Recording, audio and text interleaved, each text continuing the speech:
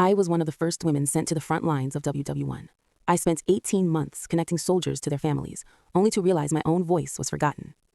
In 1917, General Pershing realized that the U.S. Army had a fatal flaw. The male soldiers were too slow at operating the telephone switchboards.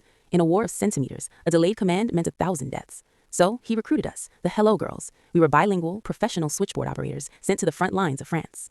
My best friend Grace and I were stationed in the Meuse-Argonne sector. Our office was a damp bunker just miles from the heavy artillery. Our job was to connect the general to the trenches, translating frantic French and English commands in real time.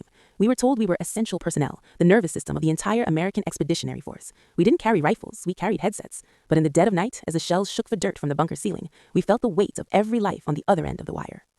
The work was a factual marathon of focus. We didn't just plug in wires, we managed acoustic telegraphy. We had to keep our voices calm and steady, even when we could hear the gas alarms screaming through the earpieces.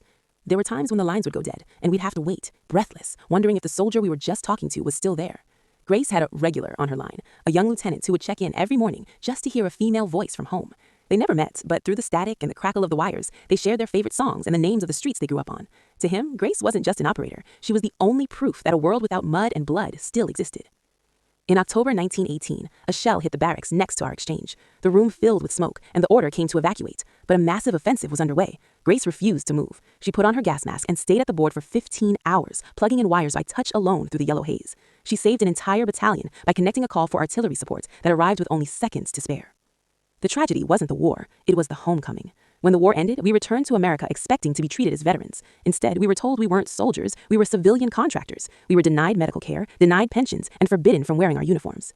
Grace spent the rest of her life in a small town, her hearing fading from the constant clicks and pops of the war-torn wires. She kept a single brass plug from her switchboard on a chain around her neck. The lieutenant she had saved never found her because the Army refused to release our names or our records. We were the voices that won the war, but we were the only ones forced to remain silent when it was over.